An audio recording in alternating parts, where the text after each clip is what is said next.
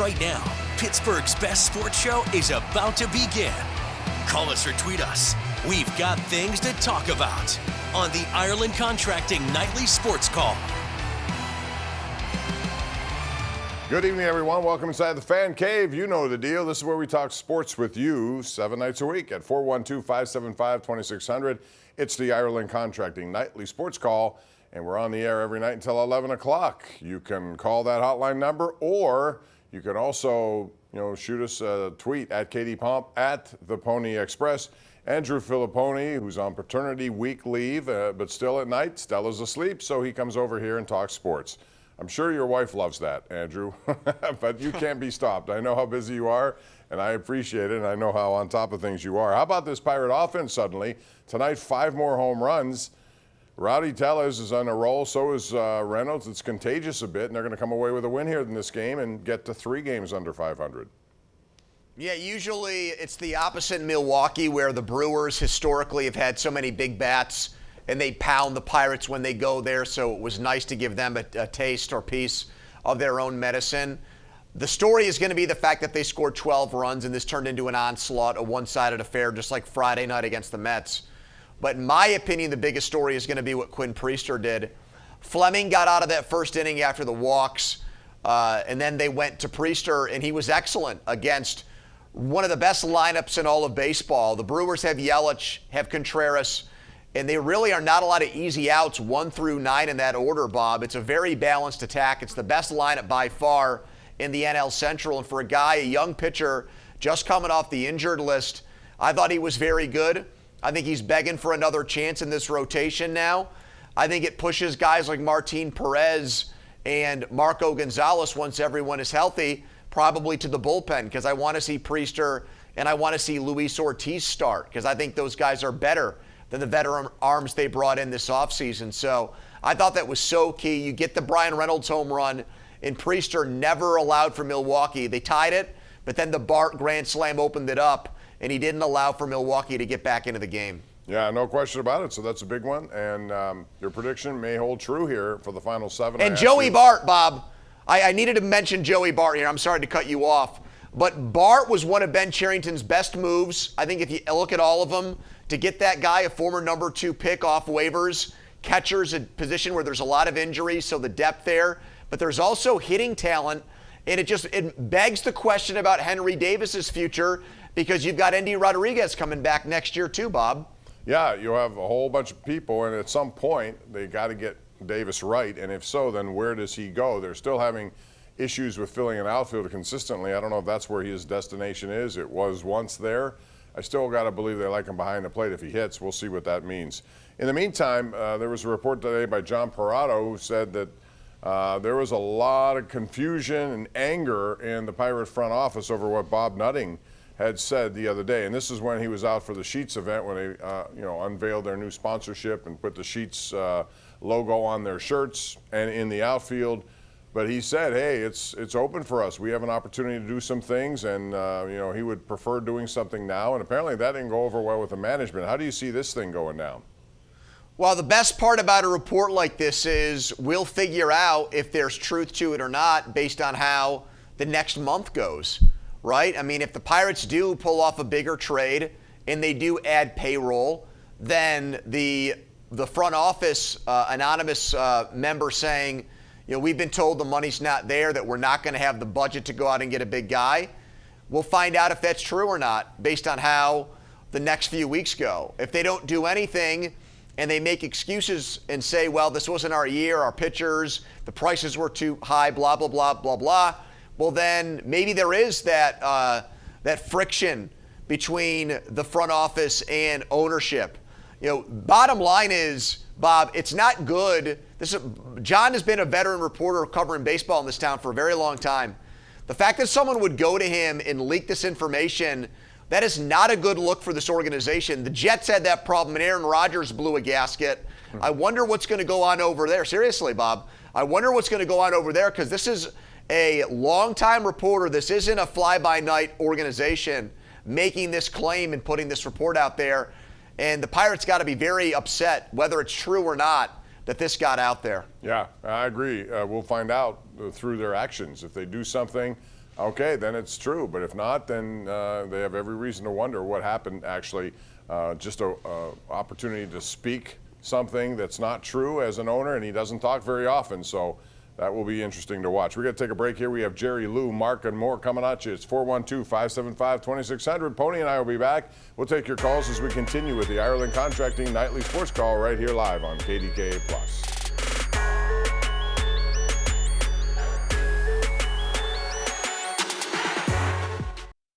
Our GMCC Tweet of the night is this one from Todd Rosaic, Brewers beat writer. He says, Paul Skeens made a specific request to meet Bob Uecker today. Wish Oh, that is granted. awesome.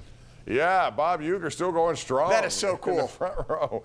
But Paul Skeens is, the thing I like about him is he is someone who's interested in the history of the game too. I haven't talked to him all that much, but the one time I did, he seemed to be very interested in a lot of the stuff that went on with the Pirates. And the fact that Bob Uecker is somebody he wanted to meet tells me a lot about him too. Absolutely. He just got an old soul. He's not on social media.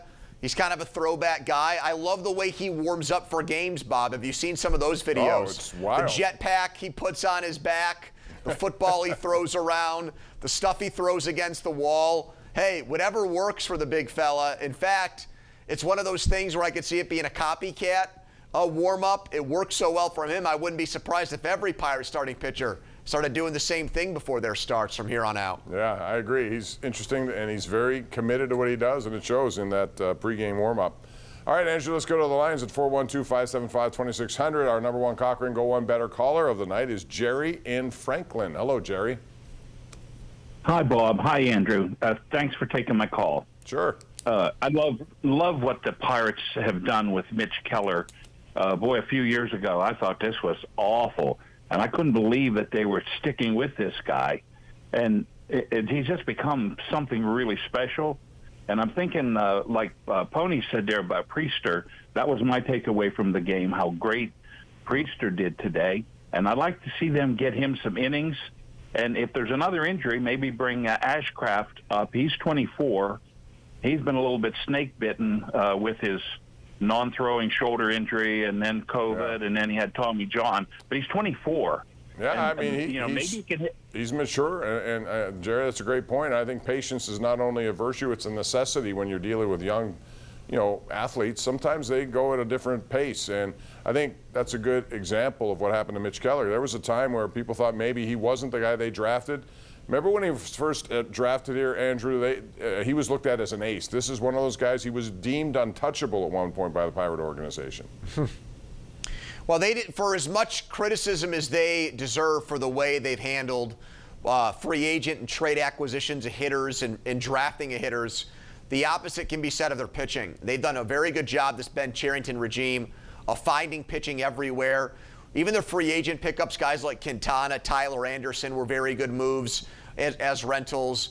The development of guys, Mitch Keller's gotten better under this regime.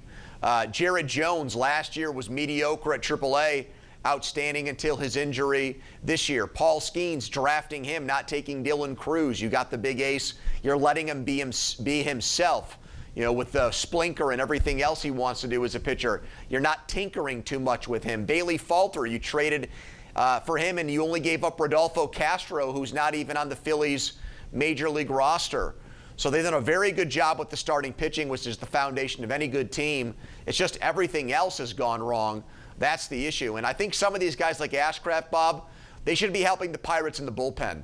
Okay, there's a lot of opportunities out there in the bullpen for these guys, these young pitchers. If you're concerned about innings limits, which they are, how about we get these guys an inning or two a week out in the bullpen rather than some of the bums they run out there in the middle innings? Yeah, and they have need there. There's no question, especially if Ortiz moves into the rotation. Got this tweet from Steelers, Pens, Pirates fan 97. At KD Pomp, at the Pony Express, he says, how concerned should the Pirates be with Henry Davis because Joey Bart can hit? As Andrew mentioned, that is a concern. But again, year number 2 really, he's had concussion issues. I'm willing to wait. Let's go to Jim in Greensburg because he wants to talk about Henry Davis. Hey, Jim. Hi, Jim. Hi, how you doing? Listen, this sounds like a pun in reference to language, but when talk about Henry Davis being a younger catcher, I think that, it's possible that maybe there's too much seriously on his plate in reference to every pitch, balls and strikes, In other words, he really has to be in tune to every pitch. I mean, is this more of a mental strain? I don't know. It might be. Here's the other thing that comes with that. When you're number 1 overall as a draft pick, results are expected a lot more quickly than others. We've seen it with Skeens. Not everyone falls into that, and that's why, I'm hopeful that they need that bat, Andrew. They really do. Given what they, chose him at that position, 1 overall, and there were some other people after that they could have chosen.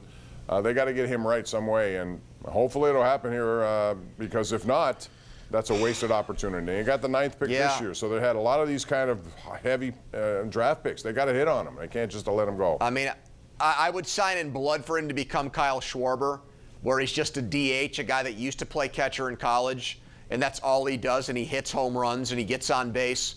I would absolutely pray for that. I don't see it. The power has not been there. He's been very pull happy. There's not a lot of hitting to all fields with him. It seems like he wants to hit everything to left field and hug that foul pole, and it hasn't worked, and pitchers have capitalized on that. Bob, let me ask you this question in all seriousness. If I told you right now, Rowdy Tell, as his agent, called the Pirates and said, we will take the same exact deal for 2025 as we signed in 2024, would you give it to him? Well, first off, there's no guarantee this will continue. Yeah, because I think it's only $3 million. Is that right? Something in that neighborhood. For that, I would do it. But so would you do it? You do it. But he would want more. But for Big Rowdy. Before you say that, I mean, we went through this part of the season where people wanted to get rid of him. He was benched. Everyone didn't want him on the roster. DFA'd. So this is the point about 162. It comes and goes, ebbs and flows, and there are a lot of guys. They could go again. There's a lot of games left. They could go right back to Slumpville, USA. And if it does, it will affect them, because I still haven't seen it. Despite these last 2 games, you need more consistency, and we'll see. They could very easily, like they did the other night, they got 14 one night and then 2 the next 2 nights, 2 each. That's it. So it's been very erratic, and I think based on one of these tweets, Dan Adams on Twitter says this team simply is an enigma. They haven't had when was the last 5-game win streak they have? You're good at numbers. When would that have been last year? They have not had a 3-game win streak since early May. Okay, so it's been that long since they've won 3 in a row, and that's what they're going to go for tomorrow. Their only 5-game winning streak, Bob, happened at the beginning of the year. They won their first 5 games. Game, yeah, exactly right. That was it, and that was at Miami, and Miami's bad. And so And Washington. And it does not. Well, Washington's turned the corner though. Now they're in the wild card chase too. They got good young hitters. They do. Abrams, Wood. Do. There are a lot of teams with really, this All-Star game is filled with good young arms specifically, and some hitters too. Let's go out to Mark in Carrick. Mark, how you doing? Hey, good evening, gentlemen. Hi. Quick 2-part question. First question is, the Pirates have been good with standing pat, as frustrating as it may be. We'll go back to Tellez. Since he's been unplugged, he's arguably been one of the best first basemen in the entire league. Nick Gonzalez, same thing. Demoted down, came up, also been a solid contributing piece. Quinn Priester, we're going to need to see more of him, obviously, than just the spot time he's had tonight. But is it plausible to actually feel this roster as it consists currently does have the pieces internally to make a push for a playoff spot? Well, if they get the kind of pitching they've been getting on a general basis, if their hitting does anything, yeah, they should be in there, because they're a bunch of average teams that they're in a logjam with. Every one of these teams has flaws. They'll all be looking for the same kind of thing, Andrew. I still don't think it's good enough. They need to come up with more consistent hitting, whether that's, quote, internally or else go out and make a deal. They don't have enough from that vantage point, and I'm not going to be misled by the last 2 games. Well, Jack Sawinski's had a very good July. I know it's only the 9th day of July, but ever since it looked like Palacios was going to take his spot on the roster, he's hit. And Palacios was a very good call-up. You know, this guy was a contributor last year and was, I think, a very good 4th outfielder. And we're seeing him contribute right off the bat, which has given this team a spark. That's good. The one guy who can't come out of his slump to save his life, Bob, is Hayes. The Brewers put in a position player late in the game, and he still grounded into a double play. He has been abysmal. If it's a back, then shut him down. Seriously. Just rest the guy, because this is ugly for him. And I feel like sometimes now, even with Hayes, he's taken the bad offense into the field, and he's still an above-average defender, but he's not the Gold Glover that he was last year out there at third base. I agree. He needs to get it going, and he's a key part of it, given the fact that they need power from that position as well. We'll take a break here now, Pony. When we come back, more calls on the way at 412-575-2600. This is the Ireland Contracting Nightly Sports Call.